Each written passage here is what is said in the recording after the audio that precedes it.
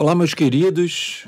Meu nome é Júlio, sou professor e vou tentar ajudar vocês a sanar dúvidas, medos ou alguma insegurança quanto aos mais diversos conhecimentos, principalmente na área tecnológica. Hoje teremos o prazer de entrar na área da optometria, mais especificamente na elucidação da receita e de sua transposição. E não se esqueça de curtir, se inscrever e ativar as notificações.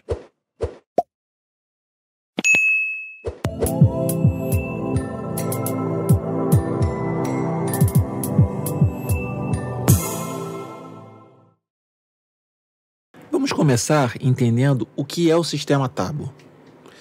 Através de uma convenção na Alemanha, ficou determinado que este seria o Sistema Mundial de Coordenadas Optométricas, tanto que o termo Tabo é uma abreviação de seu nome em alemão, que não vou me atrever a pronunciar, certo? É um sistema universal de coordenadas baseado no círculo trigonométrico, onde temos, do lado direito, o início da contagem dos ângulos, começando no 0 grau, e evoluindo no sentido anti-horário até o ângulo de 180 graus, no ponto exatamente oposto a este. Este sistema é também conhecido como dial astigmático. É essencial para determinar, no nosso caso, a orientação dos meridianos principais das receitas optométricas. Vamos deixá-lo aqui ao lado para nos acostumarmos com ele. Digamos que eu esteja observando uma cruz onde inicialmente suas linhas estejam embaçadas. O fato de estarem embaçadas já é um indicativo de que eu preciso de uma lente para me ajudar a torná-la nítida. Mas vamos tentar observar isoladamente cada eixo dessa cruz e como chegamos à lente desejada. Partindo inicialmente da linha vertical e testando algumas lentes, percebi que ao aplicar um determinado valor dióptrico, nesse caso, mais 2,5 dioptrias no eixo de 180, consigo tornar essa linha vertical nítida.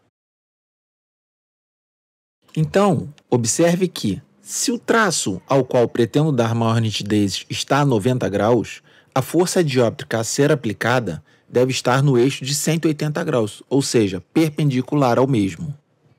Então, vamos guardar esse valor de mais 2,5 dioptrias no nosso eixo esférico da receita. Lembrando sempre que o eixo esférico de toda receita optométrica está sempre relacionado ao seu eixo, que no nosso caso é de 180 graus.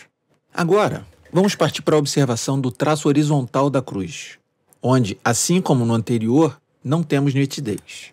Novamente, vou aplicar uma lente para observar esse traço, já sabendo, é claro, que o eixo de aplicação da força dióptrica deve estar perpendicular à sua aplicação. Sendo assim, escolho uma lente com o eixo principal a 90 graus. E observo que, ao utilizar o valor de menos 1 dioptria e meia, consigo tornar este traço nítido. Observe mais uma vez as linhas de aplicação da força dióptrica da lente. O ponto aqui é entender que o eixo de aplicação dessa força, como já vimos, deve ser perpendicular à linha, ou seja, a 90 graus. Então, a nossa lente ficou com mais 2,5 dioptrias na horizontal, eixo de 180, e com menos 1 dioptria e meia na vertical, eixo de 90 graus. Como vamos escrever a nossa receita? Partindo do valor de mais 2,5 dioptrias colocado no esférico, e lembrando sempre relacionado ao eixo da receita, partimos agora para o cálculo do seu valor cilíndrico, que será determinado pela diferença algébrica entre os eixos, ou seja, o quanto iremos caminhar algebricamente a partir do esférico, que é de mais 2,50, até atingirmos o outro meridiano principal da receita, que é de menos 1,50, que nos dará um valor de menos 4 dioptrias. E este será exatamente o valor cilíndrico da receita. Agora, vamos visualizar como determinamos na própria lente a transposição da receita, sem decorar qualquer cálculo, e sim entendendo como ocorre essa transposição. Observemos novamente a lente. Dessa vez, vamos partir do outro meridiano principal, para determinarmos o seu valor esférico, que nesse caso é de menos 1,50. lembrando sempre que o esférico está sempre relacionado ao eixo. E para encontrarmos o valor do cilíndrico, devemos calcular o quanto iremos percorrer algebricamente de menos 1,50 até o outro meridiano, que é de mais 2,50. Ou seja, precisaremos somar mais 4 dioptrias. Como utilizamos o mesmo caminho inverso do cálculo anterior, esse cilíndrico terá o mesmo valor, mas com o sinal trocado. Aí está a transposição. Vamos guardar essa lente aqui no cantinho para podermos utilizá-la como exemplo de comparação. Agora vamos partir de uma lente com menos 3,25 dioptrias no eixo de 160 graus e no outro eixo principal, perpendicular a esse, o valor de menos 2,75. Da mesma forma, como vimos no exemplo anterior, vamos partir de um eixo qualquer. Escolhendo um eixo, nesse caso de menos 3,25, determinamos ele como sendo o valor esférico. E como o meridiano esférico está sempre relacionado ao eixo, esse eixo será de 160 graus. Novamente, o valor cilíndrico será determinado pelo caminho algébrico a ser percorrido até atingir o valor dióptrico do outro meridiano principal, ou seja, mais 0,5 dioptria. Sendo assim, a receita já está pronta. Vamos agora visualizar a sua transposição.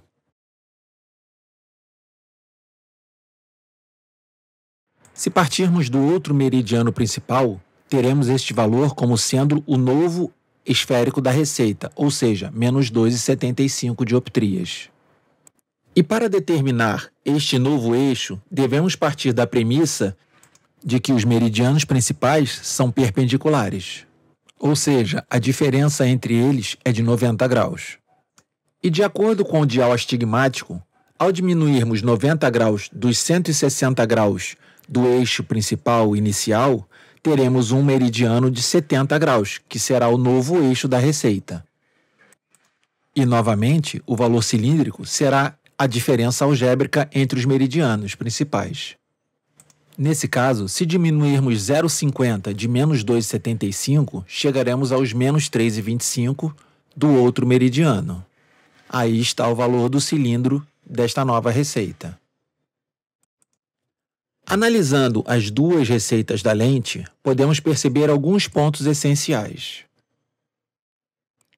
Repare que os valores esféricos são sempre os valores dióptricos dos meridianos principais da lente.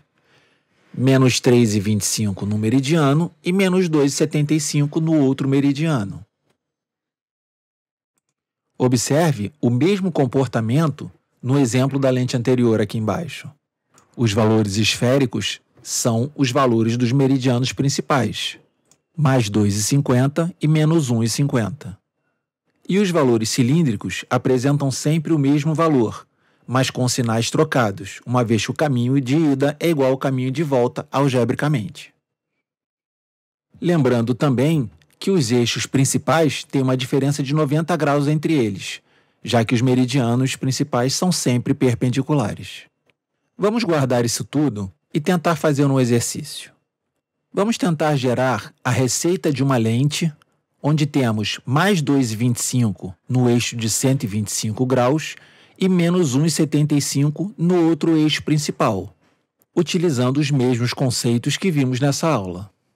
Coloque nos comentários a sua resposta, que depois eu mostro o resultado. Espero que tenha gostado dessa aula e entendido a transposição e a receita da lente optométrica. E me diga se tem alguma parte da optometria que gostaria de ver por aqui. Não esquece de deixar o like, me acompanhar no Instagram e me seguir por aqui. Grande abraço, fui!